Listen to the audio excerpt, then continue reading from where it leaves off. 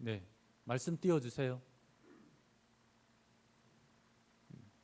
네, 심령이 가난한 자는 복이 있나니 천국이 그들의 것이며 애통하는 자는 복이 있나니 그들이 위로를 받을 것이며 온유한 자는 복이 있나니 그들이 땅을 기업으로 받을 것이며 의에 줄고 목마른 자는 복이 있나니 그들이 배부를 것이며 긍휼히 여기는 자는 복이 있나니 그들이 긍휼히 여김을 받을 것이며 마음이 청결한 자는 복이 있나니 그들이 하나님을 볼 것이며 화평하게 하는 자는 복이 있나니 그들이 하나님의 아들이라 일컬음을 받을 것이며 의를 위하여 박해를 받는 자는 복이 있나니 천국이 그들의 것이니라. 나로 말미암아 너희를 욕하고 박해하고 거짓으로 너희를 거슬러 모든 악한 말을 할 때에는 너희에게 복이 있나니 기뻐하고 즐거워하라. 하늘에서 너희의 상이 큼이라. 너희 전에 있던 선지자들도 이같이 박해하였느니라. 아멘. 할렐루야. 오늘 예배 가운데 하나님의 축복이 넘치기를 바랍니다. 옆 사람 우리 축복하겠습니다. 잘 되고 있습니다. 네, 더 잘 될 줄 믿습니다. 네, 감사합니다. 하나님께서 더 잘 되는 축복과 은혜가 넘치기를 바랍니다. 앞을 보지 못하는 시각장애우가 밤에 길을 가는데 손에 등불을 들고 길을 가고 있었습니다. 사람들이 그 모습을 바라보면서 굉장히 의아해했어요. 앞도 못 보면서 왜 등불을 들고 있는가? 저게 무슨 소용이 있는가? 혀를 차며 비웃었습니다. 그래서 한 사람이 궁금해서 그분에게 찾아가서 물었습니다. 아니, 앞도 못 보면서 밤에 등불을 왜 들고 가고 있는 겁니까? 그럴 때에 그분이 빙그레 웃으면서 이렇게 이야기했어요. 이 등불은 내가 보려고 들고 다니는 것이 아닙니다. 어두운 밤길에 다른 사람이 나와 부딪혀 넘어지지 않게 하려고 들고 다니는 것입니다. 이렇게 대답을 했대요. 참 지혜로운 분 아니겠습니까? 세상이 우리를 바라볼 때 보는 눈이 바로 이런 게 아닌가 싶습니다. 오늘 말씀은 8가지 복, 팔복이라고 그러죠. 예수님께서 공생애를 시작하시며 첫 번째 하셨던 메시지가 이 팔복에 대한 메시지입니다. 세상 사람들은 심령이 가난하고 그 다음에 애통하고 온유한 삶을 사는 사람들을 바라보면서 바보다, 어리석다, 왜 저렇게 세상을 살아가느냐, 아니 눈앞에 지금 당장 이익을 챙기고 돈을 벌고 그렇게 하는 게 당연하지 왜 저렇게 바보같이 사느냐라고 생각할 수가 있어요. 하지만은 우리 천국의 눈으로 바라보면은 전혀 다르게 보이는 겁니다. 우리가 이렇게 팔복의 말씀을 듣고 지키려고 하는 것은 내 삶뿐만 아니라 어두운 세상 속에서 앞 못 보고 서로 충돌하고 싸우고 누가 옳으니 거르니 이렇게 하는 이 세상 속에서 우리가 자그마한 길잡이라도 되기 위해서 우리가 이런 팔복의 말씀을 듣고 지키려고 하는 게 아니겠습니까? 저는 우리 성도님들이 정말 이 팔복을 가운데 나와 있는 그 말씀처럼 복된 사람이라는 것을 잊지 마시기를 바랍니다. 그래서 이 복을 나눠주는 축복된 사람, 그런 소망을 가지고 살아가기를 바랍니다. 이 팔복의 말씀의 핵심은 뭐냐면은 하나님 나라예요. 하나님의 나라. 마태복음 1장에 보면은 예수님께서 이 땅에 오신 이유를 설명하고 있죠. 이름으로 설명합니다. 첫 번째 예수. 예수가 무슨 뜻입니까? 다 까먹으셨죠? 네, 예수라는 말은 구원하는 자. 조금 더 해석을 붙이면은 저들의 죄에서부터 구원할 자라는 뜻입니다. 임마누엘이라는 것은 무슨 뜻이죠? 네, 긴장하셔서 맞추셨습니다. 하나님이 우리와 함께 하신다라는 뜻이에요. 그래서 우리를 구원하실 그곳에 그치지 않고 뿐만 아니라 이 땅 가운데 우리와 함께 하시면서 하나님의 나라를 이 땅에 세우시기를 원하시는 다른 뜻의 그런 이름을 붙이게 된 겁니다. 마태복음의 구절을 보면은 이런 거죠. 예수님께서 세례 요한의 세례를 받으시면서 이제 제물로서 하나님의 어린 양이 되었어요. 그리고 4장에 와서는 사단이 이것을 알고 예수님을 시험해서 넘어뜨리려고 찾아왔죠. 아담은 한 번을 시험했지만은 예수님은 3번이나 시험을 당했습니다. 그럼에도 불구하고 예수님은 시험에 이기셨어요. 이기심으로 인하여서 어떤 일이 있느냐, 사단을 꽁꽁 묶는 결박하는 일이 있었다고 그랬죠. 그리고 예수님이 십자가에 죽으시고 부활하심으로 사단의 머리를 밟아 뭉개서 승리하게 된 겁니다. 우리는 지금 주님께서 쌓아놓으신 이 승리의 축복 가운데 살아가는 존재예요. 물론 아직 끝난 것은 아닙니다. 그렇지만은 이미 우리는 승리를 확정해 놓은 상태에서 우리는 싸우고 있는 그런 자들이다라는 것을 잊지 마시기를 바랍니다. 이런 상황 속에서 예수님께서 이 땅에 하나님의 나라를 만들어 가시기 위해서 제일 먼저 첫 번째 하셨던 말씀이 8가지 복에 대한 이야기를 하신 겁니다. 이것은 어떤 의미를 가지고 있느냐? 여러분들 조선을 건국할 때에 조선을 실제적으로 설계한 사람은 정도전이었습니다. 그가 설계했던 조선은 어떤 나라였느냐? 이때까지 모든 나라는 왕이 중심이 되어서 절대적인 권력을 가지고 그렇게 이끌어가는 나라였어요. 하지만은 정도전이 설계했던 나라는 왕이 중심이 아니라 백성이 근본인 나라, 그 나라를 원했던 거예요. 뿐만 아니라 왕이 다스리기보다는 관료, 즉 전문가들이 백성을 다스리고 통치하는 나라, 그런 나라를 꿈꿨어요.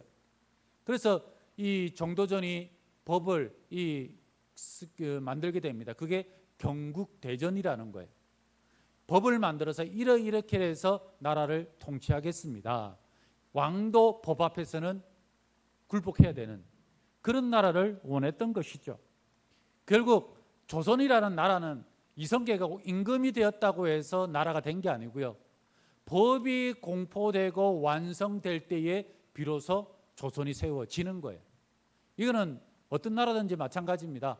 세상의 모든 나라는 왕위를 빼앗았다고 해서 나라가 되는 게 아니라 그런 다음에 제일 먼저 하는 게 율령을 반포합니다. 우리나라는 법에 따라서 이렇게 하겠습니다. 그럴 때 비로소 나라가 되는 거예요. 예수님도 마찬가지였습니다. 하나님의 나라를 이야기하고 공포하면서 그러고 끝난 게 아니라 거기에서 이제 율령을 반포해야 돼요. 그것이 바로 팔복에 있는 말씀입니다. 그런데 팔복은 어떻다고 그랬으면 전적인 하나님의 나라와 연관이 있다고 말씀을 드렸어요. 팔복의 이야기를 들어보니 세상의 법하고는 많이 다릅니다. 왜 그럴까요? 세상의 법은 뭔가를 다스리고 통치하고 소유하기 위한 법이지만은 팔복은 소유의 개념이 아니라 존재의 개념으로서의 복이기 때문에 그렇습니다. 팔복은 한 사람을 변화시키고 그리고 깨어지게 해서 그래서 하나님의 나라의 백성으로 만들기 위한 그런 법이에요. 팔복의 내용을 보면은 2가지로 나눌 수 있습니다. 첫 번째와 4번째까지는 하나님과 우리와의 관계를 말하는 거고요. 그 다음에 5번째와 그 다음에 8번째는 이웃과의 관계를 이야기하고 있어요. 여러분들 십계명 아시죠? 십계명의 첫 번째부터 4번째까지는 하나님과의 관계, 5번째부터 10번째는 이웃과의 관계, 그거와 똑같은 구조를 가지고 있다라는 겁니다. 그러면은 이 팔복에 있는 이야기 8가지 복을 하나하나 이야기하면은 제가 볼 때는 올해 안에 마태복음 못 끝납니다. 그래서 전체적으로 어떤 구조를 가지고 있는데 간략하게만 설명을 드리겠어요. 심령이 가난한 자는 복이 있대요. 여기서 심령이 가난하다라는 것은 마치 지갑이 텅텅 비어있는 그 상태를 말하는 것이 아니고 우리가 죄 때문에 나는 어떻게 해서든 어떤 모습으로든지 나는 구원을 받을 수 없습니다. 완전히 저는 죄인입니다. 의로운 것은 하나도 없습니다. 완전히 영적인 파산 상태, 그것을 심령이 가난하다라고 이야기를 하고 있는 거예요. 사람들은 우리가 어때요? 교회 다니면서 내 자랑, 내 의, 내 실력, 내 가진 거 이런 거 자랑하려고 하잖아요. 그런데 하나님 나라의 법은 그게 아닙니다. 하나님, 나는 가진 것 이거 있어봤자 이건 아무 소용없습니다. 이걸로 구원받을 수 없습니다. 저는 영적으로 파산한 죄인입니다 라고 고백하는 게 그게 바로 첫 번째예요. 자신이 죄인이라는 것을 깨닫는 사람은 그 다음부터는 어떻게 되겠습니까? 애통하게 되어 있다는 거예요. 왜? 나는 할 수 있는 게 아무도 없잖아요. 내가 구원받을 수 있는 길이 방법이 없잖아요. 절망밖에 없잖아요. 그러니 당연히 슬퍼하고 애통하고 눈물을 흘릴 수밖에 없죠. 그럴 때 주님께서 오셔서 우리를 위로해 주시는 줄 믿습니다. 그 다음에 세 번째는 뭐냐? 온유한 자, 온유한 마음을 가진 자를 이야기를 하고 있어요. 우리가 하나님 앞에 죄인인 것을 깨닫고 애통하게 되기 시작을 하면은 그때부터는 우리는 마음이 어떻게 되느냐? 온유하게 됩니다. 요 온유하다라는 말이 뭐냐? 착하다, 참 바보같이 착하네, 그런 뜻이 아니고, 이 원어상으로 보면은 야생마를 길들여 가지고 주인이 얼마든지 통제할 수 있는 그런 상태, 그 상태를 온유하다라고 표현을 하는 거예요. 그래서 우리가 예수님을 믿고 하나님 앞에 죄인임을 고백하고 난 뒤에, 그래서 주님 앞에 변화되어서 주의 말씀 앞에 완전히 순종하고 엎드리는 상태, 이 상태가 온유하다, 이렇게 이야기를 할 수가 있는 겁니다. 그 다음에 네 번째 복은 뭐냐? 의에 줄이고 목마른 자라는 거예요. 세상 사람들은 어디에 목마릅니까? 성공에 목마르고 돈에 목마르고 쾌락에 목마르고. 그런데 우리는 그런 거 아니라는 거예요. 의에 줄인다라는 거예요. 의라는 게 뭡니까? 의라는 것은 하나님, 공의, 정의, 법, 율법, 즉 하나님의 뜻과 정의와 사랑과 공의에 목말랐던 상태라는 거예요. 세상이 부패하고 전쟁하고 싸우고 넘어지는 이런 모습 보면서 가슴을 치면서 안타까워하는 마음이 있어야 돼요. 하나님, 이 세상이 이렇게 악합니다. 언제 하나님의 정의가 실천되겠습니까? 눈물 흘릴 줄 알며 애통하는 심령, 이게 의에 줄이고 목마른 거예요. 자, 이게 하나님과의 관계고요. 그 다음에 이웃과의 관계를 이야기합니다. 다섯 번째는 뭐냐? 긍휼히 여기는 자는 복이 있다. 긍휼히 여김을 받을 것이다 라고 이야기를 해요. 여러분들, 긍휼히 여기다라는 말은 불쌍히 여기다라는 거예요. 우리 자신이 스스로 죄인인 것을 깨달으면은, 야, 내가 지옥 가기밖에 안 되는구나, 내가 이 정도밖에 안 되는구나. 그런데 다른 사람 쓰러지고 넘어지고 하는 모습 보면서 나도 저랬는데 얼마나 불쌍할까, 죄 아래 있는 이 모습이 얼마나 불쌍한가. 오히려 공감하게 되고, 오히려 긍휼히 여기게 되고, 오히려 위로하는 마음을 가지게 된다라는 거예요. 그래서 다섯 번째는 뭐냐? 긍휼히 여긴 자는 복이 있대. 왜? 나도 긍휼히 여김을 받을 수 있으니까. 그 다음에 여섯 번째는 마음이 청결한 자. 여기 청결하다라는 것은 우리가 볼 때 깨끗하다, 이런 뜻으로 볼 수 있지만은 불순물이 없는 상태라는 거예요. 우리가 이웃을 대할 때에 나의 이익을 위해서, 사람을 이용해 먹기 위해서 사람을 찾아가고 연락하고 대하는 그게 아니라 정말 순수한 마음으로, 진심 어린 마음으로 하나님의 형상을 가진 사람의 모습으로, 내가 다른 뜻이 아니라 그냥 편안한 마음을 찾아가서 그들과 함께하는 그런 마음을 말하는 거예요. 그게 바로 마음이 청결한 자, 그것을 이야기하는 겁니다. 이렇게 마음이 청결한 자는 주변에 화평한 자가 되지 않겠어요? 전부 다 찾아가가지고 뭐 이익하고 이렇게 하는데 진심 어린 마음으로 찾아가면요, 사람은 변하게 돼 있어요. 그래서 범죄를 하더라도 범죄의 동기는 반드시 물어보지 않습니까? 동기가 중요한 것처럼 사람의 마음을 움직이는 것은 진심밖에 없어요. 아무리 뭐 돈을 주고 이렇게 해도 그 마음이 어두우면은 절대 사람의 마음을 얻을 수가 없습니다. 그런 것처럼 우리가 진심으로 그리스도인들이 다가가면은 그들 가운데 분쟁과 갈등이 있는 그곳에 평화가 임하게 될 줄 믿습니다. 그리고 우리 그리스도인들이 바로 피스메이커예요. 피스메이커. 세상 사람들은 싸운 데 가면 더 싸워요. 서로 뭐 헐떡거 이기한질하고 더해요. 그런데 우리 그리스도인들이 가서 해야 될 게 뭡니까? 내가 가가지고 그들의 평화를 선포하는 거예요.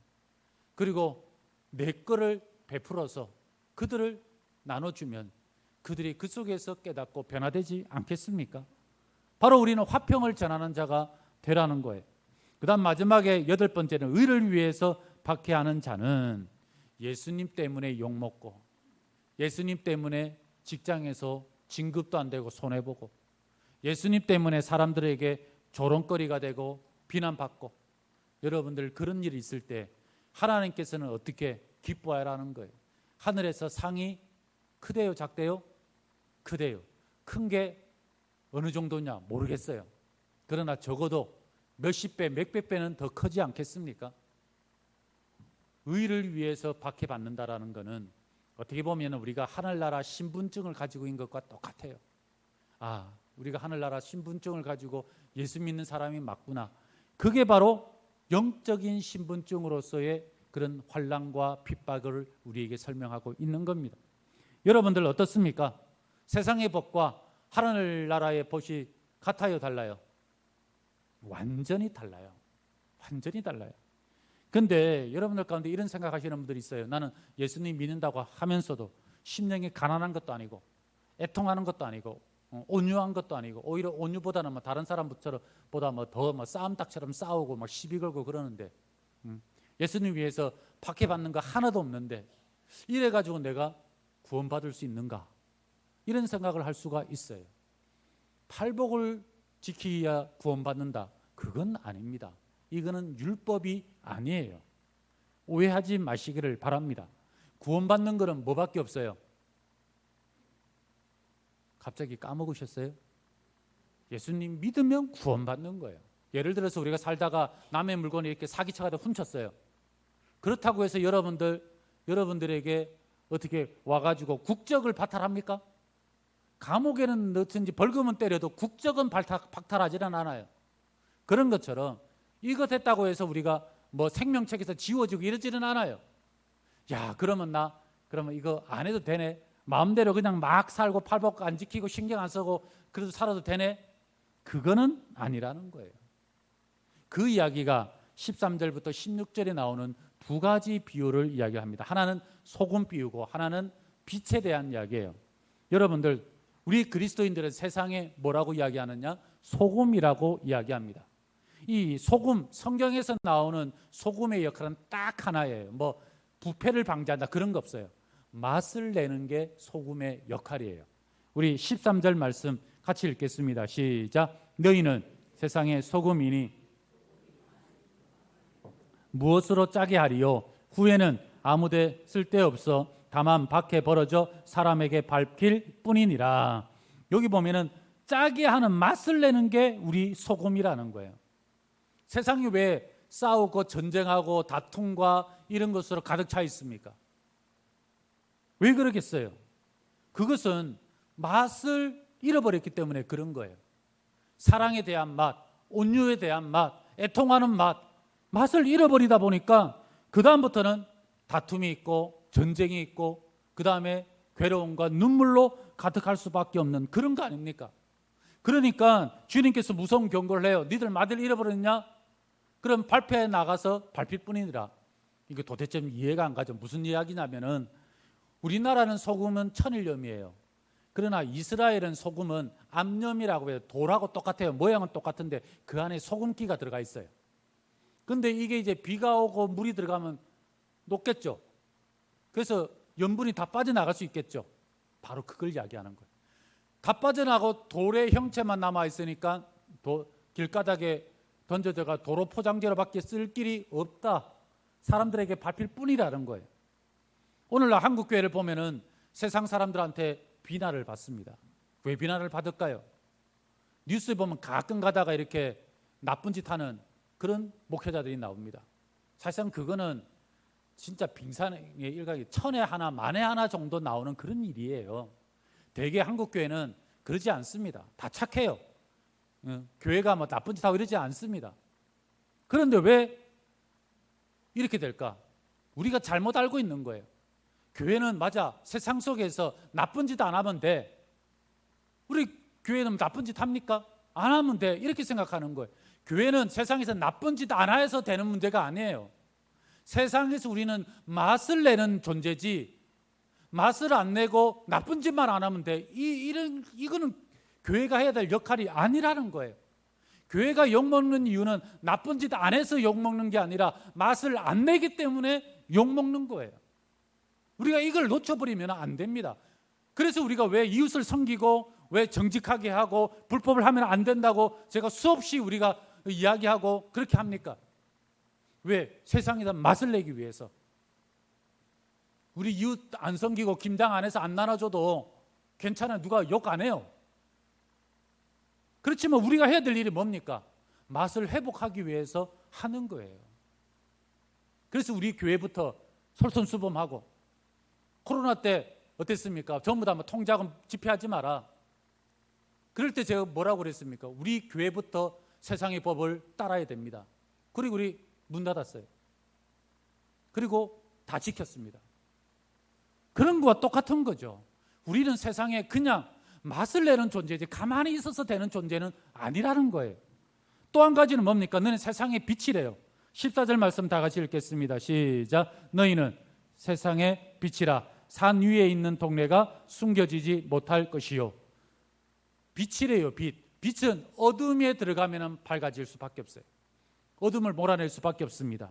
아무리 저 산 위에 있는 동네, 그게 뭐냐면 이스라엘은 산 위에 굴을 파고 거기서 살아요. 그러면 안전하겠죠. 그걸 이야기하는 거예요. 아무리 굴 파고 살아도 빛이 들어가면 그 굴 속은 환해지고 숨길 수 없는 곳이 될 거다. 아무리 어둡고 컴컴하고 더럽고 추악한 곳이라 할지라도 우리가 들어가면 그 속에서 깨끗하게 질 거다. 그러면서 하시는 말씀이 뭐냐? 등불을 말 아래 두지 않고 등경 위에 둔다. 이 도대체 무슨 말이냐면, 말이 뭔지 아세요? 말 타고 다니는 그 말을 이야기하는 게, 사진 하나 띄워주세요. 사진에 보면은 말이 무슨 말이냐? 바구니라는 말이에요. 우리 지금 안 쓰는 말인데 지금 저렇게 이제 옛날 성경처럼 번역을 그렇게 놓은 거예요. 저렇게 말 아래, 바구니 안에 불 놓으면은 어두워요, 밝아요? 어둡죠, 당연히. 그런데 저 위에 등경 위에 올려놓으면 방 안에가 다 환하고 옆에 있는 이제 그림은 제대로 안 나왔는데 여인이 이제 배틀로 이 방에서 이제 배 짜는 모습이에요. 그거를 이제 형상화시킨 거예요. 저 모습 보니까 이해가 가시죠?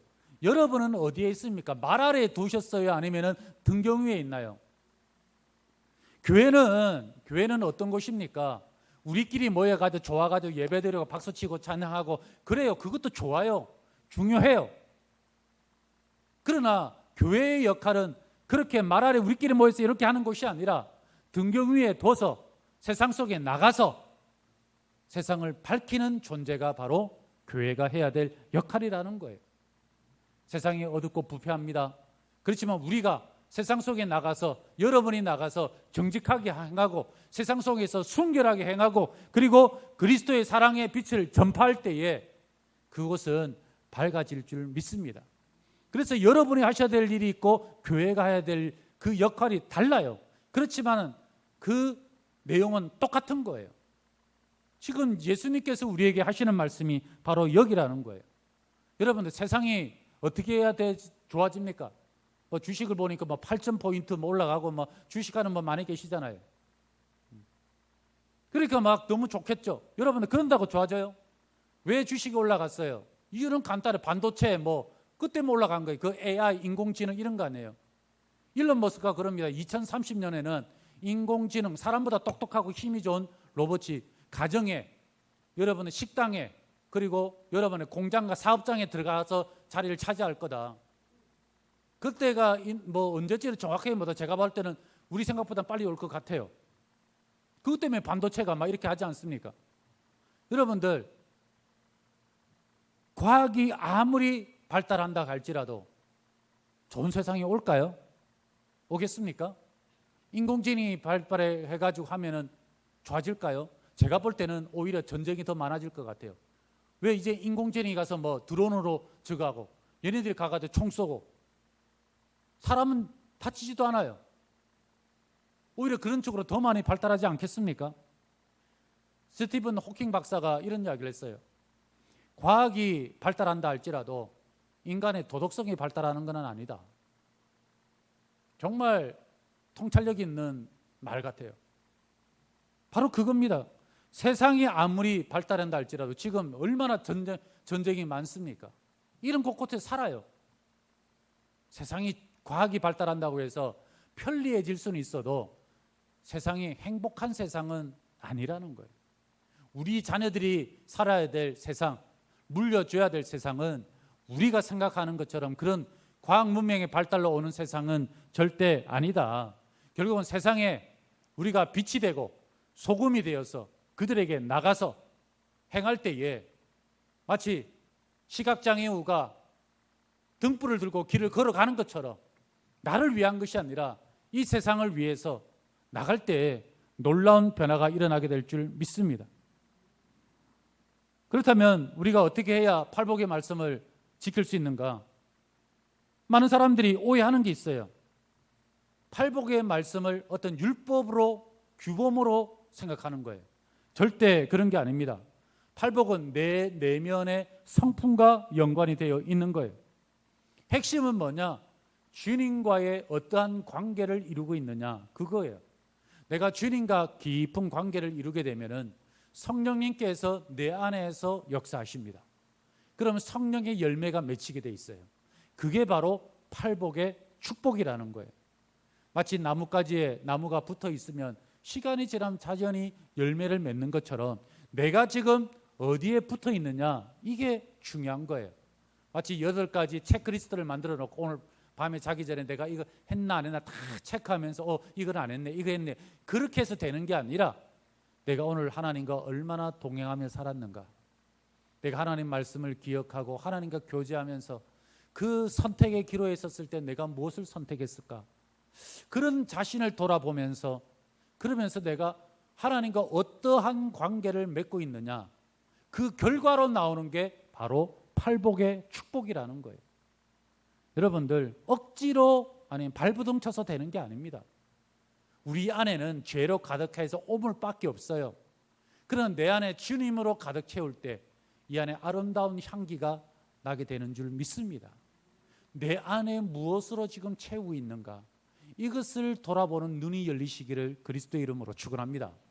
제가 몇 주 전에 노회의 목사님을 만난 적이 있어요. 교회가 작은 곳이라 제가 가면서 뭘 갖다 드리면 좋을까 싶어가지고 교회에 보니까 락스가 있어가지고 락스를 한 박스 이렇게 갖다 줬어요. 아마 교회가 작아서 그거 다 쓰는데 1년은 더 걸릴 것 같아요. 그래가지고 락스를 탁 갖다 드리고 만나서 식사하고 그 다음에 이제 이런저런 이야기는 하고 난 뒤에 이렇게 이제 가려고 인사를 하니까 저한테 선물을 하나 주시는 겁니다. 아니 목사님 뭐 이렇게 이런 것까지 주십니까? 하니까 아유 목사님 괜찮아요. 유통기한 지난 겁니다. 다 그걸 주시더라고요. 저도 좀 좋은 걸 주시, 유통기한. 그래서 뭔가 이제 와가지고 뜯어봤더니 조향제 있죠, 방향제. 그걸 그러니까 이거는 뭐 유통기한 끝나도 뭐 상관은 없으니까. 그래서 이제 이걸 뭘 할까 생각해 보니까 남자 화장실에 좀 갖다 놔야 되겠다. 여자 화장실은 냄새가 안 나는데 남자 화장실은 뭐 변기도 받고 해도 이 냄새가 조금씩 나요. 도대체 남자들 뭐 하고 다니는지 모르겠어요. 하여튼 나요. 그래가지고 이제 남자 화장실에 갖다 놓자. 그래 갖다 놨더니 남자들이 향기가 좋은 향기로 가득 찼어요. 우리 오늘 오신 남자분들 그냥 가지 마시고 꼭 한 번씩 화장실에 들려셔가지고 냄새 맡고 가시길 바랍니다. 여자들은 굳이 오실 필요는 없어요. 뭐 굳이 거기까지 뭐 안 하셔도 되고요. 그러니까 이걸 보면서 뭘 느끼냐면은 우리의 심령이 똑같다는 거예요. 화장실처럼 솔직히 우리의 심령, 옆 사람이 볼 때는 멋져 보여도 여러분은 여러분 스스로가 어떤지 잘 아시잖아요. 하나님은 아시고 여러분도 아시잖아요. 그런데 내 안에 그리스도의 향기로 채워지기 시작하면은 어떻게 될까요? 그때부터는 지나갈 때마다 냄새가 나요. 프랑스의 최고의 왕은 루이 14세입니다. 근데 이 사람은 의사를 잘못 만나가지고 죽을 때까지 목욕을 2번밖에 못했대요. 뭐 목욕하면은 사람 죽는 줄 알고. 그러니까 얼마나 냄새 나겠어요. 그래서 하는 수 없이 어떻게 했느냐, 하루에 향수병 1병씩 쏟아 부었다는 거예요. 여러분 프랑스가 왜 향수가 유명한지 알겠죠? 그래서 그렇게 된 거예요. 맞습니다. 우리도 그런 거예요.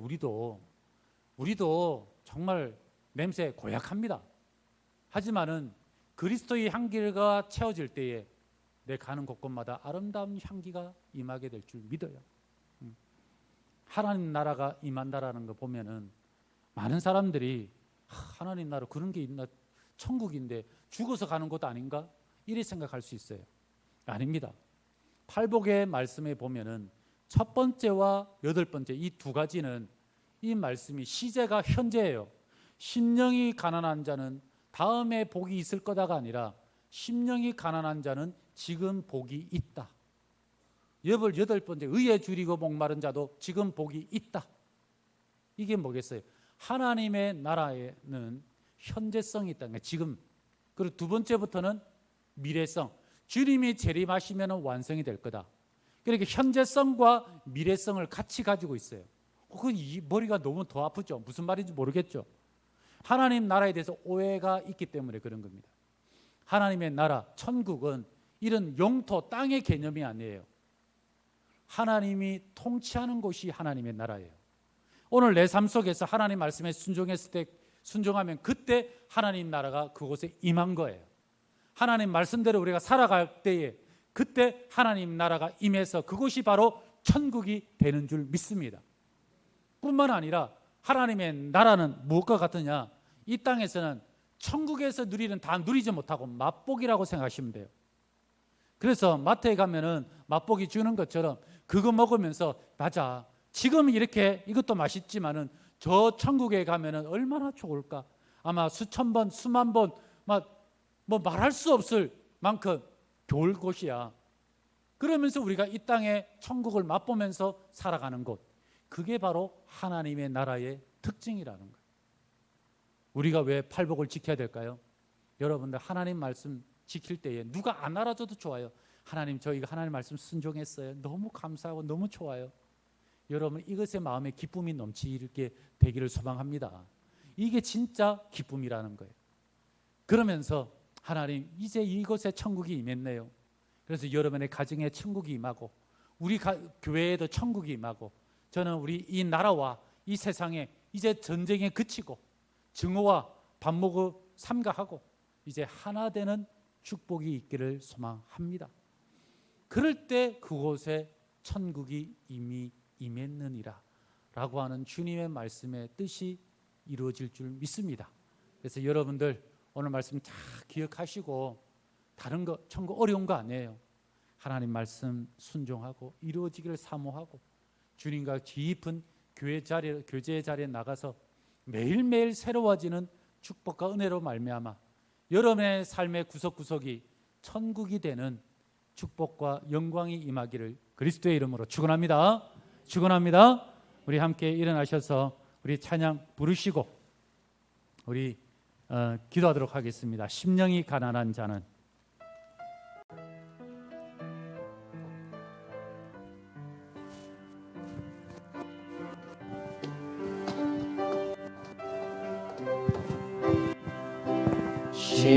심령이 가난한 자는 천국이 저희 것이요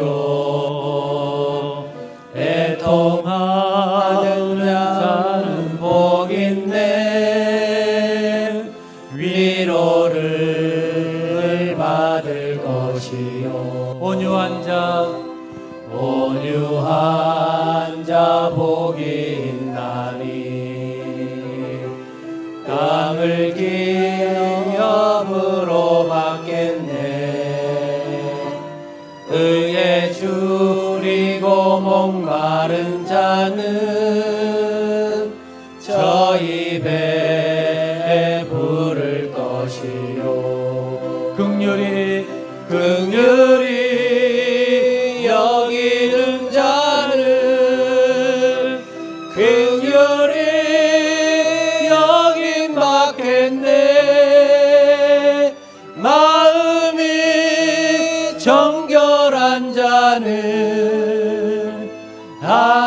하나님을 볼 것이요 화평케 하는 자는 하나님의 아들이라 일컫네 그를 위하여 핍박받는 자 천국이 저희 것이라 내게도 주소서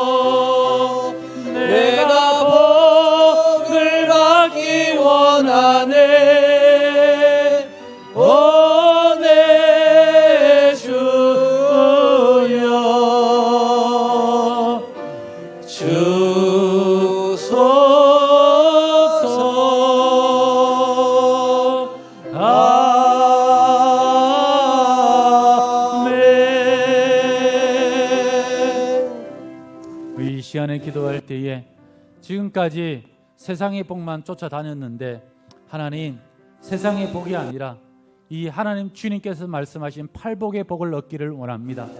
이제 주님과 깊은 말씀과 기도와 예배에 힘쓰게 하여 주시고 주님 주시는 그 기쁨으로 내 삶에 천국이 임하는 축복을 누리게 하여 주시옵소서. 가정 천국 되게 해주시고 교회 천국 되게 해주시고 이 나라의 민족이 천국 되는 역사가 있게 도와주시옵소서. 우리 함께 기도하겠습니다. 사랑이 많으신 하나님 함께하여 주시옵소서. 진정으로 우리 주님과 깊은 교제를 통하여서 하나님 팔복의 축복을 누리기를 원합니다. 세상의 축복에 마음 뺏기지 않게 하여 주시옵시고 팔복의 복을 통하여서 새로워지고 변화되고 그래서 하나님 내가 사는 그곳에 내가 발디딘 그곳에 천국이 되는 하나님의 나라가 임하는 축복이 있을 수 있도록 주님 역사하여 주시옵소서. 사랑이 많으신 하나님 함께하여 주시옵소서. 내 삶 곳곳에 천국이 임하기를 원합니다. 하나님 나라가 임하기를 원하오니 매일매일 주님과 깊은 교제 가운데 있고 세상의 복을 추구하기보다는 하나님 말씀 순종함을 통하여 주님 주시는 복을 누리는 성도님들 다 되기를 원하오니 우리의 가정, 우리 교회, 이 나라, 이 세계가 천국이 되게 도와주시옵소서.